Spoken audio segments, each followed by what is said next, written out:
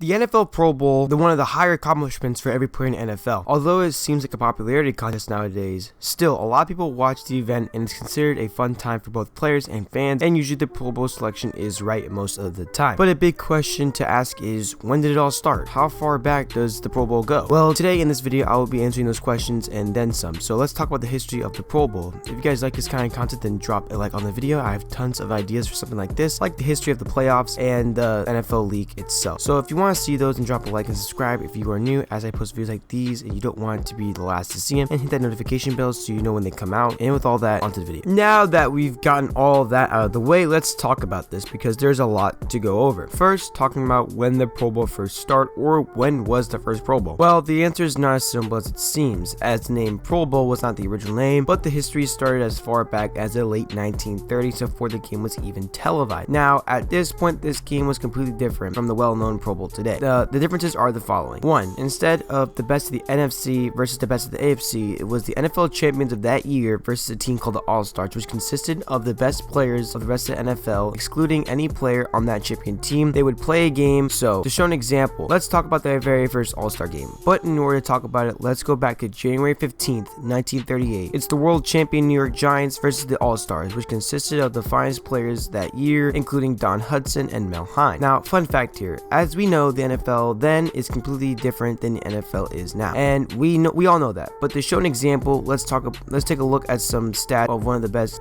quarterbacks, running backs, and wide receivers. Let's start off with quarterbacks. Now, at the time, the best was considered to be Ace Parker, who actually threw for the most passing yards in 1938, and in total for that year, he threw for a whopping total of 865 yards. Wow, that completely baffled me because I never expected that to be so low, and it still shocks me while recording this video, but it does not stop there. The leading rusher in 1938 was Weiser White, who ran for a total of 567 yards, and the leading wide receiver, Don Hudson, got 548 receiving yards. That completely surprised me. I know it was kind of off topic, but I thought it was a cool piece of info I wanted to share, but let's move on. The Giants at the time just won their championship game against the Green Bay Packers, and now have the opportunity to play some of the finest players of the decade. Not much can be said about this game as there is no footage of the game. Overall, the Giants did end up winning the game 13-10. This kind of all-star game continued until 1942, until a hiatus happened that lasted all the way up till 1950 due to World War II, where it was in 1950 it was revised and officially called the Pro Bowl, and was rewired to have a whole new format where it's the finest players at each position come together and play a scrimmage. The game was also played in Los Angeles Memorial Coliseum and stayed that way for the next 20 years. However, in 1972, the location switched around multiple times until 1980, where it was officially located in Hawaii, and stayed there for a while until 2009, where it was moved to Orlando, Florida, which is the current home of the Pro Bowl today. So, to answer the question of when did the Pro Bowl start, the official answer is 1951. However, if you're talking about when the idea of the Pro Bowl began, it really began in 1938 with the introduction of the very first All-Star game. Another major difference between the Pro Bowl pre-1980 and post-1980 is the rule. Now, the Pro Bowl nowadays has many different rules set in place to prevent injuries, which benefited players, but was considered very boring to watch for fans as it loses its real football feel. Some changes are the following. The quarterback is able to throw the ball out of bounds whenever he wants without being penalized. Most players don't try to block a field goal kick or an extra point. There are no kickoffs, no blitzes, a 35-second play clock, and no blindside blocks by the offense, etc. However, back in the early years of the Pro Bowl, it was treated like any regular game. There was no special rules. It was just as violent as any other football game, and the games back in the 40s to the 90s was very hard-nosed and aggressive, unlike today's NFL. Another key difference is the selection process. In today's NFL, fans are able to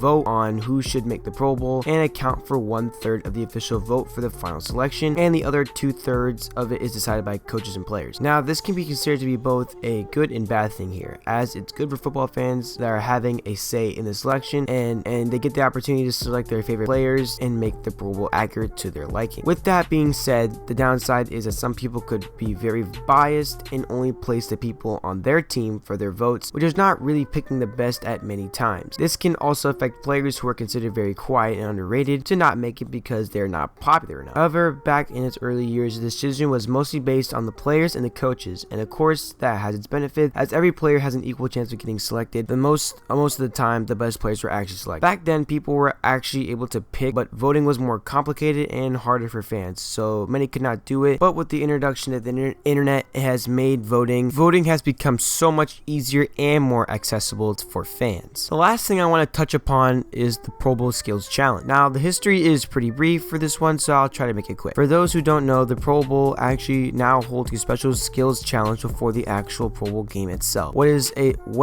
Is a set of challenges that each Pro Bowler at a certain position completes for different challenges. For example, the common skills challenge is throwing challenge, and that is done between all quarterbacks in the Pro Bowl, and they do certain QB drills and compete and see who makes the highest score. Now, this was introduced in the early 90s and ended in 2006. However, it was brought back and rewired just a couple of years ago with different events. Back in the 90s, the challenges were very vast and rooted in a certain position, mostly the quarterbacks. The challenges involved speed, accuracy, and throw power, and whoever won a certain event would have gotten $20,000, and whoever won the whole thing has gotten $45,000, which is pretty solid. However, in 2006, the NFL reworked and added new events like the strongest man challenge and the best hands challenge and the fastest man challenge, and so on. And now in the recent skills showdown challenge, another set of new events were made, like dodgeball and kicking tic-tac-toe challenge for kickers. But in all, the idea of the skills challenge has remained the same. But overall, I find the Pro Bowl to be a very important part of the NFL, as it represents the relaxed and having fun part of the game of football. It's not really meant to be taken seriously like a normal game. It's a time to chill and play for pure fun, not for a contract or a ring. It's just meant to be a place where players from different places and from different teams could play with and against each other. And that's what makes the Pro Bowl special and not just a popularity contest. But that will be all for this video. If you guys like this video, then please drop a like, as it helps the channel out. And if you are a new viewer, then subscribe to the channel, as you do not want to miss out. And my apologies for not making videos. I've been pretty busy with this month and getting ready for school soon in August. So yeah, but more is coming, I promise. With all of that, if you have any suggestions, then leave it in the comment section below. And with all of that, I will see you all next time. Have a great day.